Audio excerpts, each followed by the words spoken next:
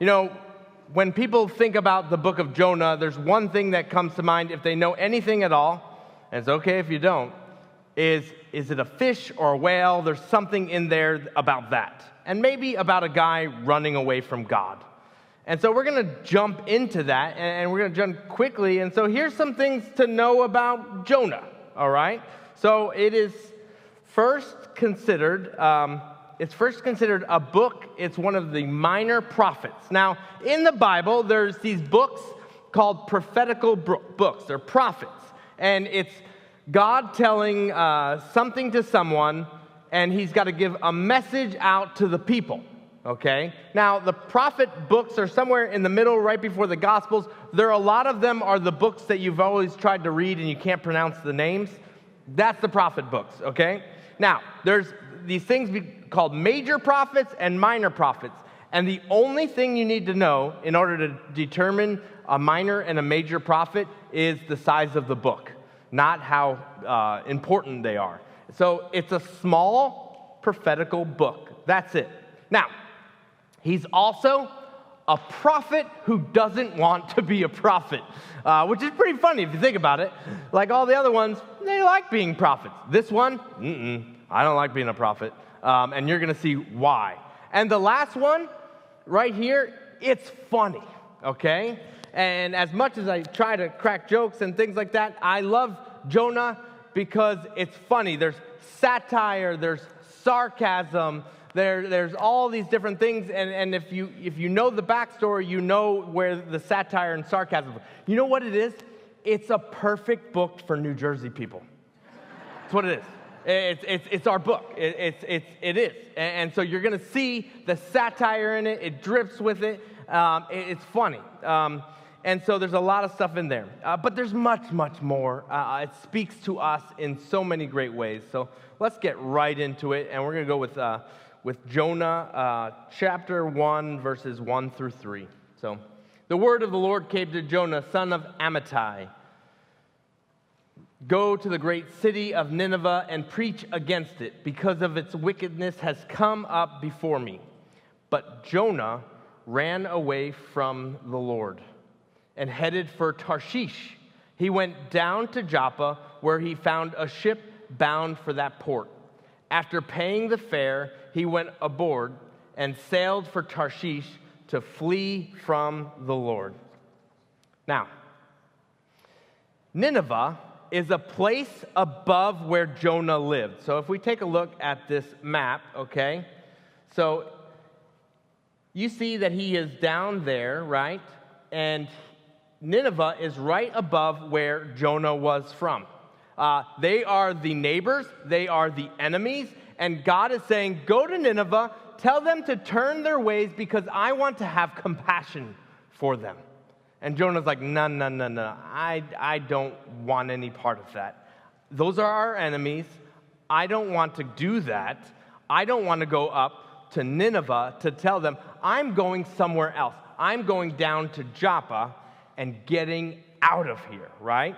Now, he goes into the sea, which is interesting because if we take a look at the sea, right, for them, the sea is like this crazy place for them. The sea is like a place of evil, of death. They would send people out onto the sea and family members into the sea, and they would never see them again. So there would be tales of sea creatures and all things. It's a place where in their world, God probably wasn't present there. So he goes to this place where God is not present in order to go to Tarshish. Now, Tarshish, if we take a look at the map again, Tarshish was known as a place that was the farthest place possible from where they were. They didn't know any place farther, okay? I don't know what our equivalent would be, maybe the North Pole or something like that. They didn't know of that area. They knew of Tarshish. Now, most scholars believe that Tarshish probably was like modern-day Spain, which is pretty funny if you think about it from our perspective. It's like, really, it's not that far. But that was their world, right? They thought that was the farthest possible place away. And so he wants to go to Tarshish, right? And so if you think about it, trying to run from God by going there, going on the sea, it's kind of like you're doing this, right? Like, it's like, okay, God, he can't see me on the sea. I'm going far away, maybe Spain, and I'm just going to hide myself. God won't see me. And it's kind of like a cat just covering its face saying, I am totally hidden right now. Never going to see me. Never in a million years. I am totally hidden. And the reality is, Jonah wasn't hidden. He thought he was. He tried to. But he wasn't. You see, when it comes to us, I believe that we have a Tarshish and a Nineveh. And what I mean by that is this. Nineveh is the place that we don't want to go. And Nineveh is the place that God has designed you for. He totally, when he created you, he was like, Nineveh is the place for this person. I have designed them. That's where they're going to live the most. That's where they're going to be used the most and do amazing things. Like all things will flourish through me in Nineveh. And Nineveh is the place often where we don't want to go. And so Nineveh for us is the place that God calls us to, but we don't want to go. It's hard to go there. And then Tarshish, if you come back to the next slide, there you go. Tarshish is the place that we escape to. It's the place that when we don't go to the places where God wants us to go, it's the place that's really easy to go to. All right? Take it like this. When I go to the gym, okay, I often drive there. And then, I try to work out in the mornings, and I'll sit in my car. Nineveh is going into the gym and working out. Okay? Tarshish is me being on my phone, looking at funny videos about the struggles of life, and then sending them to my wife saying, isn't this funny? And Nineveh Tarshish is sitting on my phone because it's so comfortable. And I don't want to go out and start working out. So Nineveh is the place that I don't want to go to, and Tarshish is the place that's really comfortable to be right now. Okay? What is your Nineveh? When it comes to your life of things that you're trying to escape, what God is calling you to do, what is your Nineveh? And what is your Tarshish? The place that's really easy for you to go to, that's super comfortable. That place. Jonah did not want to have compassion for the enemies that lived north of him. He did not want to have compassion for the people of Nineveh. He didn't want to speak God's words. He didn't want to speak to those people who worshiped other gods that were not like him. And God was saying to Jonah, this is the work that I have designed for you to do. You're perfect for it. It may be uncomfortable, but you're perfect for it. But it was hard. It was uncomfortable. And for this I say, not all work that God calls us to do is comfortable. It's not. It's hard sometimes. We were on a mission trip last week, and I got to see kids and adults going way out of their comfort zone. You see, most kids have never gotten a chance to work like that before, using a paintbrush and saws and hammers and working a 5-day week of 9 to 3 in the sun and all of it. And some kids and adults haven't necessarily always been in houses where it may be different than ours and maybe some uncomfortable to be in. And what they were so neat to see the kids and adults being in this place of growing out of their comfort zone and doing this kind of work. You see, I truly believe that when we are brought into those uncomfortable places, that's where the transformation actually happens. It doesn't necessarily happen right here in church where things are comfortable. It's when we go out of that and go into the uncomfortable places and we put it to work is when the growth actually starts happening. You see, Jonah was uncomfortable with God's ask. He didn't like it. So he ran. I don't want to share compassion with those people. I don't want to go to the places that you want. So he chose to run. But here's the funny thing, the satire. His running brought him to an uncomfortable place anyway. He couldn't escape it, right?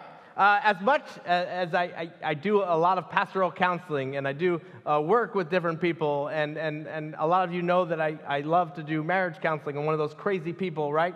What it says is that I actually hate conflict, but I like to deal with conflict. And here's the one thing that I've learned about conflict is it's unavoidable. If you run from it, you actually just hit you in the face a little bit harder down the road. And Jonah was running from conflict, and guess what it was doing here? It was hitting him in the face harder than he even knew, right? So he runs from it, and he goes down to Joppa. He doesn't go north to Nineveh. He goes down to Joppa, and he went down to the sea, and he's trying to run. Here's what happens next. Then the Lord sent a great wind on the sea, and such a violent storm arose that the ship threatened to break up. All the sailors were afraid, and each cried out to his own god, and they threw the cargo into the sea to lighten the ship. But Jonah had gone below deck, where he lay down and fell into a deep sleep. The captain went to him and said, "How can you sleep? Get up and call on your God. Maybe he will take notice of us so that we will not perish." Then the sailors said to each other, "Come, let us cast lots to find out who is responsible for this calamity." They cast lots, and the lots fell on Jonah. So they asked him, "Tell us who is responsible for making all of this trouble for us. What kind of work do you do? Where do you come from? What is your country? From what people are you?" Like shining a light on them, like, "It's you." He answered, "I am a Hebrew. I worship the Lord, the God of heaven, who made the sea and the dry land." This terrified them, and they asked, "What have you done?" They knew he was running away from the Lord because he had already told them so. The sea was getting rougher and rougher, so they asked him, "What should we do to you to make the sea calm down for us?" Here's where some of the satire comes in for Jonah. Jonah thinks he can run from God. He's the cat. "You'll never see me. You'll never see me," right? Well, that didn't last long, right? And then he also didn't want to talk to people who worshiped other gods. He didn't want to do that. Welp, that didn't last long either, right? Now he's on a ship in rough seas, and people are crying out to their own gods, whom he does not believe in, and he knows God very well. He's like, "Well, I know that this is God. That didn't work out for me." And here's the funny thing, too. They're casting lots, which are like dice, right? And they used it to see like what their gods would say about it. He doesn't believe in the lots. We don't believe in the lots. The lots, their gods, we don't believe that their lots and their gods are real, so they don't work. The hilarious thing is that God used their lots to point to Jonah. And he's like, God. Like, of course you would do that. Even work with your lots. And so here it is, the hilarious thing, the lots fell on him. Of course they did, right? And Jonah, he knows God pretty well. What we see in this is a cool image. It's the image of down in this book. It's all over the book. And if you look at it, there's this image of down. So check out. He goes down to Joppa. Doesn't go up to Nineveh. It goes down to Joppa. The boat goes down to the sea. He then goes down to the bottom of the boat. And then he goes down to sleep. Right? Down, down, down, down, down. In his running, he just keeps going down to try to escape God. The book hits on an interesting thing that really deals with us. It hits on depression. It hits on mental health. There's a Scottish minister, Hugh Martin, and he called this the sleep of sorrow.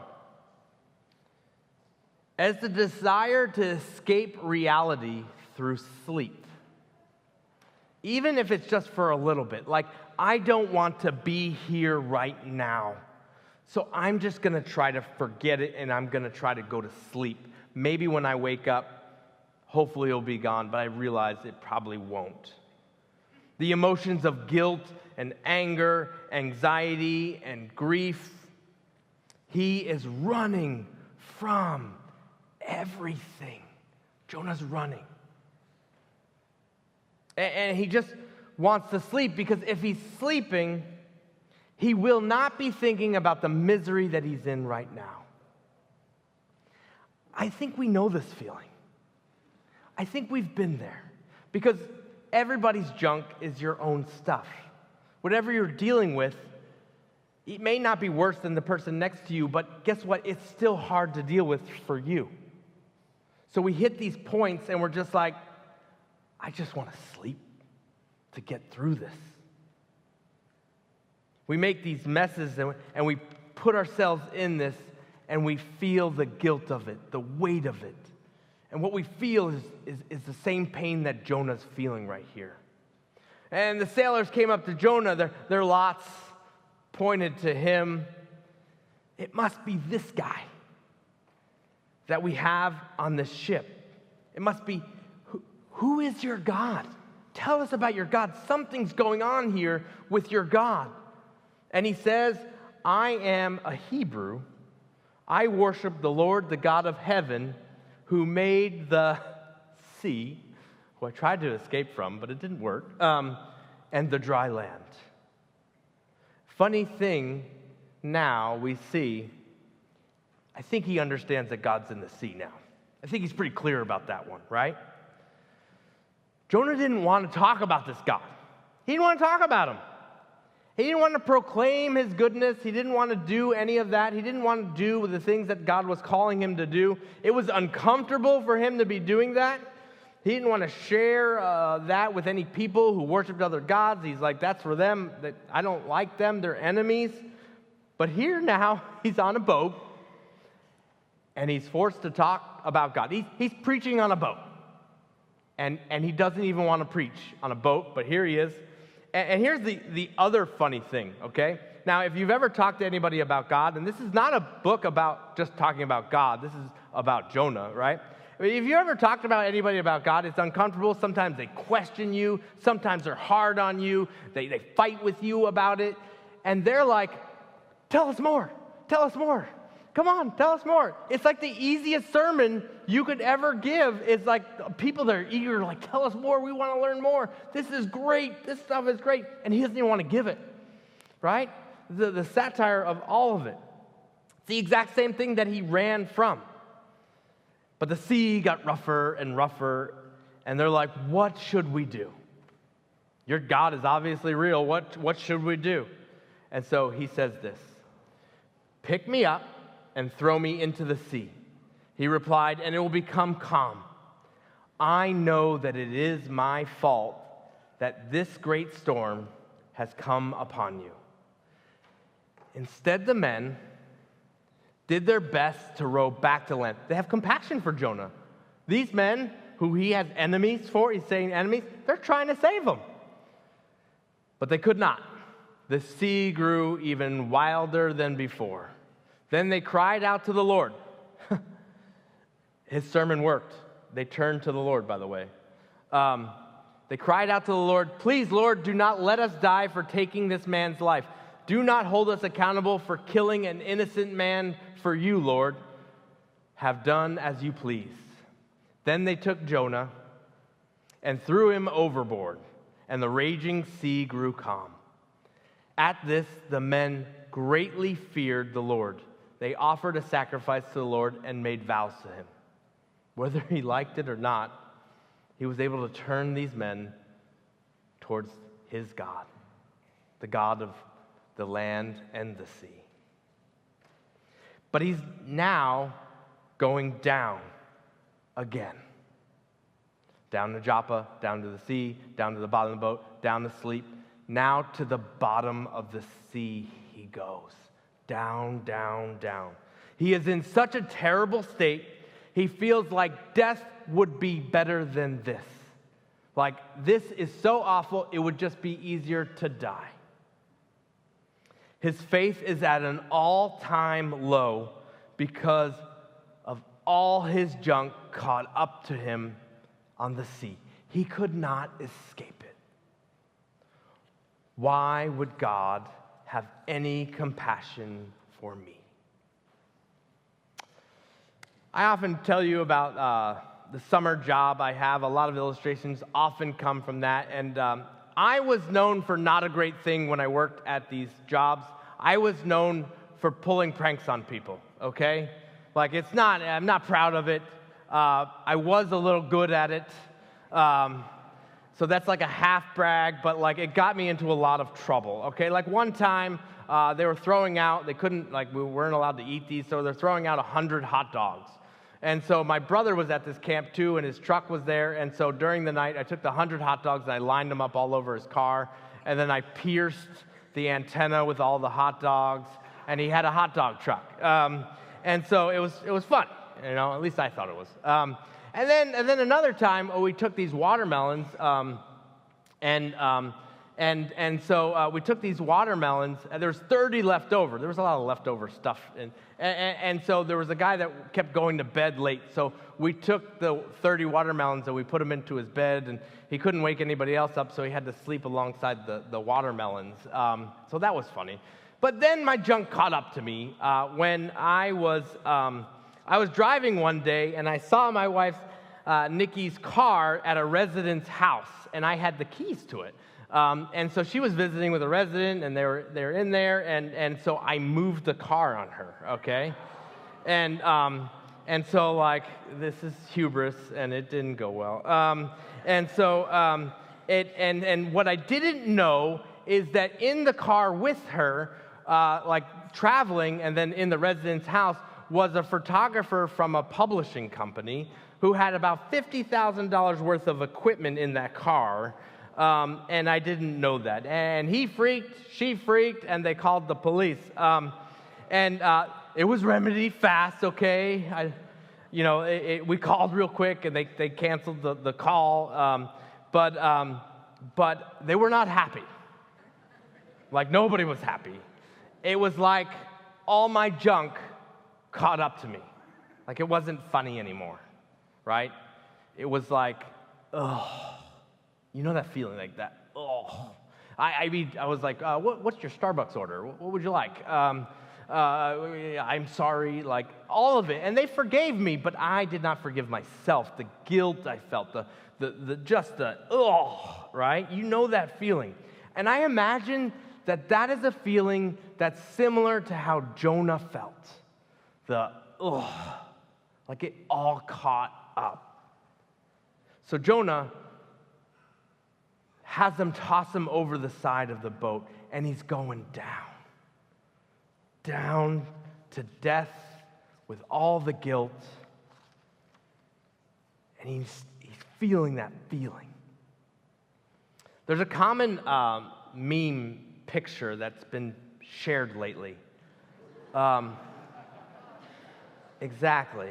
And I have to admit, I laughed at it. I laughed at it a lot, right? I even, and if you don't know what this is, by your laughs, you do. It was at a Coldplay concert, and there was a CEO, and they were caught having an affair, and they were in their shame. They tried to hide all of it, right? And it's blown up all over the internet. I laughed at this. There's a Philly fanatic. Everybody's mocking in the kiss cam, and so like the Philly fanatic acted like he got caught, and I had a friend message out, and he said something that just really like hit me, and it really it kind of like was like, I didn't think about that. And he said, what if you and I had all of our shame, our guilt, and worst moments put on display like that? I then started having compassion for these people. Not that what they did was right. I don't think any of that. But like, not everything that I do is right. not everything, I don't always get it right. I don't think that you get it right. I mean, it's the reason that we're at church. We're not perfect people. We mess up. So is my shame any different than their shame in God's eyes? And I would say no, it's no different. Could I imagine being made fun of on the internet like that? And it really kind of shook me to my core. I was like, I get it, it's funny and things like that, but my stuff's no different than that. Jonah moves to the bottom of the sea in that feeling, feeling, right? Going down, down, down, down with all that guilt, that shame. But watch what happens next, right? Here he is. He's okay to die at this point. Watch what happens next. Now the Lord provided a huge fish to swallow Jonah, and Jonah was in the belly of the fish for 3 days and 3 nights. I used to think that the fish was Jonah's punishment. I used to think that that's the place where, God's like, now, Jonah, you ran from me. Here's 3 days, 3 nights, get it right, and we'll get you out of there. You'll change from that. But when I look at it like this, the fish saved Jonah from Jonah. He was okay to die. He was done. See, God saved Jonah from Jonah. See, it was not a vessel of punishment. It was actually a place of salvation. That's a different thought. That's a different thought. See, Jesus in the Gospels, he talks about Jonah. Hundreds of years after this, all this stuff happens, Jesus talks about Jonah. And here's what he says. Some of the Pharisees and the teachers of the law said to him, "Teacher, we want to see a sign from you." He answered, "A wicked and adulterous generation asks for a sign, but none will be given it except the sign of the prophet Jonah. For as Jonah was 3 days and 3 nights in the belly of a huge fish, so the Son of Man will be 3 days and 3 nights in the heart of the sea." Jesus compares his death and resurrection to Jonah, that same fish that saved the man. Jesus compares the death and resurrection. Except for Jonah, it was a fish of salvation for Jonah. For Jesus, it's a salvation for the whole world. The whole world. You see, we're no different than Jonah. We're no different than the CEO, whatever company, whatever that is. Maybe we haven't had an affair, but we've got our junk, right? We've got our junk. It's not always pretty. It's not. But we all stand before God in the same way in need of a Savior. All of us. No one earned a seat at the table. We all are welcome to it through our faith in Jesus. And here's the thing. Jesus doesn't put us on display like the rest of the world did for that CEO. He doesn't shame us in front of everybody. He just says, "Come. Come. I love you." No matter what junk you bring to the table, no matter how far you have run, Jesus offers us salvation. It is nothing you earn. It is only by our faith in him. Saying all you need to do is follow me. Believe, and I will give you rest. Jonah was seeking rest. And in the belly of a fish, rest is where he got from his running. For us, the rest we get is through our faith in Jesus alone. Amen.